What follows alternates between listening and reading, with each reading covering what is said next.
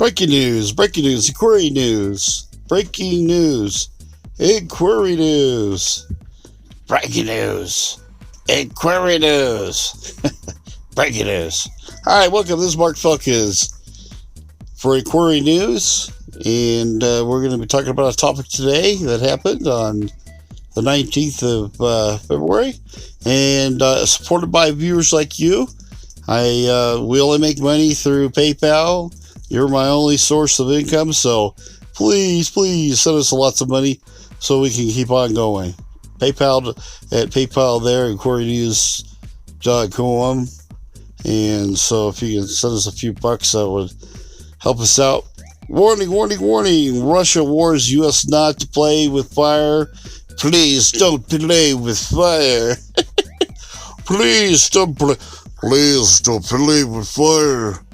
In the Syrian conflict, that's what this Lavrov said to Trump administration today, threatens unity of Syria. The place is a garbage dump. I don't know what it's been totally. I mean, there might be still some places that haven't been destroyed, but hey, there's always tomorrow, right? You know, tomorrow. This is the YPG patch right here. You know, a lot of those YPGs are women. It blows my mind. A lot of women are in the YPG. I've seen in photos and stuff like that. And so you get out there. Anyway, it says Russian Minister Sergei Lavrov warned the Trump administration. A warning. I'm going to warn you. The Trump administration not to play with fire, as he lashed out at the U.S. over what he described as its provocative support for autonomy seeking the Kurds in Syria. Okay, so he's afraid that the Kurds are going to have their own homeland or maybe have a place to live, huh? The U.S. should stop playing very dangerous games which could lead to the dismemberment of the Syrian state. Lavrov said in the Middle East conference in Moscow on Monday, alongside the Iranian counterpart Mohammed Javad Zarif and a top advisor of Syrian President Bashar Assad. We are seeing attempts to exploit the Kurds' aspirations. So anyway, so they're playing now. They're playing it off on Turkey. See, see the Turkey thing. I believe the Turks said, "Hey guys, we'll kick out the Americans. We can push them out because we're part of NATO, and they won't want to mess with us because we're part of NATO. So we'll run over there and push the Americans out. Before we do that, we're going to go into this other part of the country and beat upon these other terrorists that we don't like." And then Moscow said, "Yeah, go ahead." So they ran into that area. But now I think something's happening that's bad because I know they're going into the towns pretty good, but I saw some video lately on YouTube, and it's like a lot of the places where the PKK and the YPG were hanging out, they're just abandoned. It shows video of them running up to the mountainside, looking around, and there's nobody there. There's nobody there. You don't see any dead bodies or anything. They have film on it, and I think a couple places they had some dead people, but pretty much everything's abandoned. They go down into the holes of the ground. You find some ammo, a little bit of ammo here and there, but pretty much there's no big guns or no nothing. I mean, you know, like you'd find like a howitzer, you'd think, or a tank or something. No tanks, no howitzers, no nothing. They did find one man pad that took down one of their planes or helicopters or something like that. They found that laying on the ground. They were holding it up and jumping around. But just one, though, not like a whole bunch of them or anything, just one. And no missile. And so they were fighting things like that. They're going door to door, kicking in doors. I know they're doing that and had some firefights that way. But which was pretty bad. I saw this tank all blown all to bits. One of their tanks was all blown up, and so they were being apprehensive about going down the street because the tank was all just in pieces. I mean, it was in pieces. Turret was totally blown him into two, and I don't know where the gun was, but it looks like the turret was blown in two, and the body of the tank, the treads and stuff were sitting there. I mean, it was just ripped all to hell. And so I was like, oh my gosh. So I don't know what hit that tank, and flames were all over the place, and they were afraid to go down the street. I don't blame them. I'd be afraid to go down the street too. And so that was going on there, and in this video, and then the video turned off. They were trying to go down the street, and they had another tank come up the rear and go past that one tank, but it was pretty crazy. So I think Turkey's having some problems. The PM is having problems doing or conquering what he thought it would be just a piece of cake, go in there and kill them all, and that would be the end of it, or he could do it really quick. And I don't think it's happening as fast as he'd like at all. And in fact, I think he's going to get bogged down in there. And you got to figure out, these guys we trained to take on ISIS. I mean, they fought ISIS, which took over, took tanks away from the enemy and stuff. These guys got to be tough. And then they're going to go up against them that have been trained by us. I don't know. Anyways, armed clash earlier this month is which the U.S. strikes may have killed more than 200 Russian mercenaries attacking American-backed forces, inflamed the standoff between Moscow and Washington in Syria. Russian Foreign Ministry said it knows of only 5 Russian deaths, and the U.S. And said that incident is still being investigated, while the U.S. accepted Russia's assurances that it had nothing to do with the failed attack.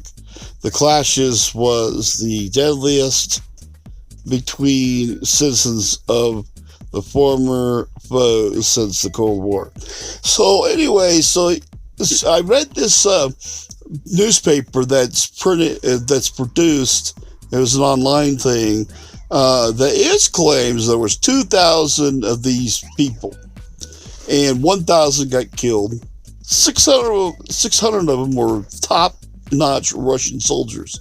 Okay, and some of these were the Cossack. They're like a motorbike gang, Cossacks or whatever. They live in Russia. And so a big chunk of those 600 were Cossack, and they all were high military, I don't know, captains, generals, that kind of thing there. And they were leadership guys, directing everybody else what to do. And but anyways, from this newspaper, it said 600 of them were killed, and then the other 300 of those were high up generals for Assad. So they had the Assad military guys, higher brass there, 600 Cossack Russian high brass there. All those guys were like the best that had been fighting ISIS and been fighting all these other ISIS people out there. And they all had, a lot of awards all over them, I guess. And I say they wore their patches out there, but they were highly decorated soldiers, is what I'm saying. And these highly decorated soldiers were there, and then there was another 1,000 support group people some were ground soldiers, some were running the vehicles, driving them and shooting the guns, and I don't know what else. But anyway, all that 1,000 people got wiped out. And so once they got wiped out, the other 1,000 that was there, supporting them and doing whatever, they all ran. They just took off. And all the equipment, according to this, there was like 20 tanks, and I think a couple helicopters and a couple jets. Anyway, all the tanks got wiped out. The helicopters got wiped out. And so all the tanks, and yes, the T-90 was there. They got wiped out. And all the tanks and they had support vehicles like trucks with mounted guns in the back of the truck. They had some howitzers, I call it a howitzer. I don't know what their term is. The Russians name them a different name, but anyway, Hauser type guns they had there on the ground. All those got destroyed. And so anyway, and then the 1,000 ran, and some of those got wounded too. So 1,000 got killed, 1,000 ran away, and out of those 1,000, some of them, maybe a few hundred of them, got wounded. Okay, so they're dragging them out. So I don't know, probably 200 to 300 of those got wounded, but they didn't die. Okay, so might have had a leg blown off, maybe, or scrap metal, that kind of thing. And so quite a few of those got wounded. So it was a pretty nasty fight. After years of the war, Assad has managed to reassert control over a large part of the country, and the conflict he is entering is a dangerous new phase as outside powers confront each other with tensions sparked Iran's growing influence and Turkey's bid to crush Kurdish forces. It says the linked to separatists inside its border force. That's all I'm going to read in there. Anyways, basically, so that's what this story said in this other paper. I thought it was interesting. If that's even true, 1,000 guys were killed in that battle. That was a major battle. And it wasn't even small at all. And just for Russia to come out and say it was only 5 guys died or 2 guys died or what, it was 5. 5 Russian guys died. Just as shameful to the Russian people and shameful for saying such. I mean, how rude is that for all the other guys that got wounded and everything? I mean, come on, guys, that's just sick. And then on top of that, they're the ones that Putin had to know about this battle. This thing was big. And so Putin knew about it. He probably told them to go up there because these are the same Cossacks, or how you say it, Cossacks or whatever, toads. I call them toads. But anyways, these Cossacks guys are the same ones that Putin talked to, knows them, met them, okay, that went to Donbass. Then they went over to meet Putin. So they've all met Putin. They know who he is. And then they did Crimea. They did the Donbass. And Donbass, over 10,000 people died in Donbass. And they helped kill a big chunk of those people. So you got to think about that. So I don't know how many each one of them killed, but they killed a chunk of old people that are defenseless walking around with no guns, oh boy, they're big men, aren't they? And so they killed a bunch of defenseless people up there. And Georgia, who knows, they might have done some things in Georgia. Then they came around and came down there and, they attacked ISIS. They had air support and stuff like that to do it, of course. And then they came in there, strutting that they could just take on the U.S. like no big deal, and they got their asses whipped. And rightly so. I'm glad that Trump stuck up for it. I think we need to do more of that and stick up more for what we believe in, and say, hey, this is the line, no more. We've had enough of your shit.